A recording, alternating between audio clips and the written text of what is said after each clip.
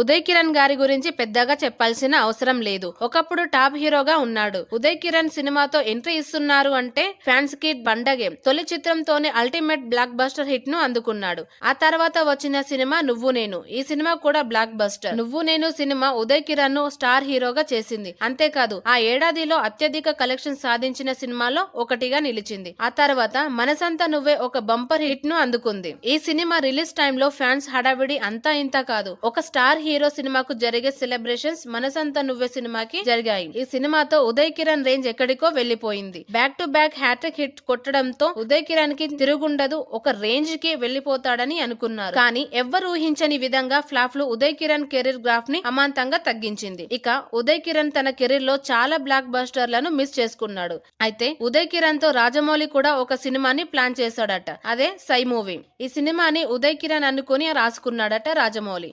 ఎందుకంటే అప్పుడు యూత్ లో ఉదయ్ కిరణ్ కు ఓ రేంజ్ పాపులారిటీ ఉండేది. దాంతో ఉదయ్ కిరణ్ అనుకున్నాడు. కానీ వరుస ఫ్లాప్ ల వల్ల ఉదయ్ కిరణ్ ఫామ్ పడిపోయింది. దాంతో ఈ సినిమాని నితిన్ కి చెప్పాడట. అలా ఉదయ్ కిరణ్ కోసం రాసుకున్న కథ కాస్త నితిన్ కి వెళ్ళింది. ఒకవేళ ఈ సినిమాని ఉదయ్ కిరణ్ చేస్తుంటే తన కెరీర్ గ్రాఫ్ మళ్లీ నిలబడేది.